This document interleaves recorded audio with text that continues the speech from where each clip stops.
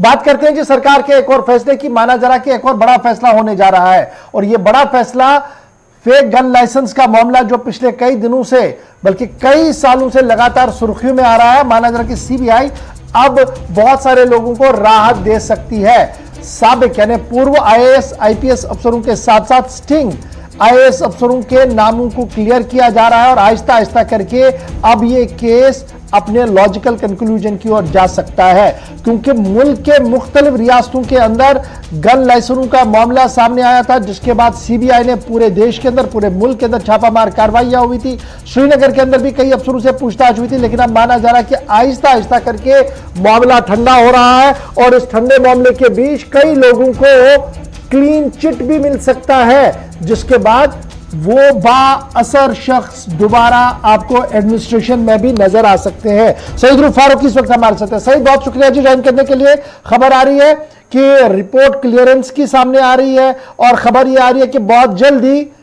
CBI की तरफ से क्लोजर केसेस हो जाएंगे और उसके बाद क्लीन चिट उन लोगों को दी जाएगी जिन्हें साला साल इस बात का डर था कि पता नहीं इस केस के अंदर क्या कुछ होगा, क्योंकि स्टेट से लेकर सेंट्रल गवर्नमेंट तक कई शिकायतें ऐसी आई थी कि मामला फर्जी है। गन लाइसेंस की बात करें तो कई जो लोग हैं, कई अफसरान हैं, उनके खिलाफ जो बात सामने आई थी, फिर सीबीआई ने जो उनके घरों पे या उनके दफ्तरों पे रेड भी मारी थी। अब कई ये मामला जो है आगे बढ़ रहा था। अब ये खबरें आ रही है जराए से कि सरकार ने अब मन बना लिया है कि जिनका भी नाम उस लिस्ट में आ रहा था अब उनको क्लीन चिट दी जाएगी और जो भी नाम सामने आए थे अब उनको इस सारे मामले से फारिग किया जाएगा, चाहे वो अभी एडमिनिस्ट्रेशन में है या कोई एडमिनिस्ट्रेशन से बाहर भी है, तो सारे लोगों को अब क्लीन चिट दी जाएगी। और इसमें सबसे बड़ा नाम जो आ रहा है कि जो लेफ्टिनेंट गवर्नर साहब के जो मुशीर थे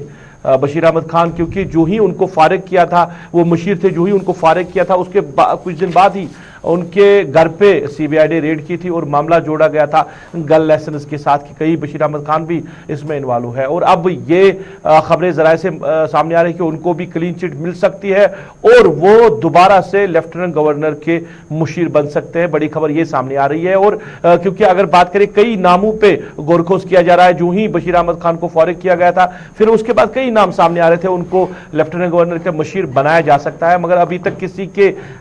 नाम पे जो सिग्नल नहीं दी गई है, किसी का नाम सामने नहीं रखा गया कि या किसी को बनाया भी गया है। अब दोबारा से जरा से ये खबरें आ रही है कि बशीर अहमद खान को ही दोबारा से अब जो लेफ्टिनेंट गवर्नर का मुशीर बनाया जा सकता है आने वाले दिनों में। यानी कहीं ना कहीं जो एक मामला बशीर खान के साथ जुड़ा हुआ था कि फेक गन लाइसेंस में उनका एफआईआर के अंदर नाम था, सीबीआई पूछताछ करना चाहती थी, चूंकि एक टॉप पोस्ट पर थे इसलिए उन्हें इस्तीफा देना पड़ा। अब न सिर्फ बशीर अहमद खान साहब बल्कि कई लोगों के लिए क्लियर मामला किया जाएगा और यह मामला आहिस्ता आहिस्ता करके वाइंड अप किया जाएगा और सीबीआई इस केस में क्लोजिंग रिपोर्ट भी दे सकती है। क्या इस तरीके की खबरें सामने आ रही है?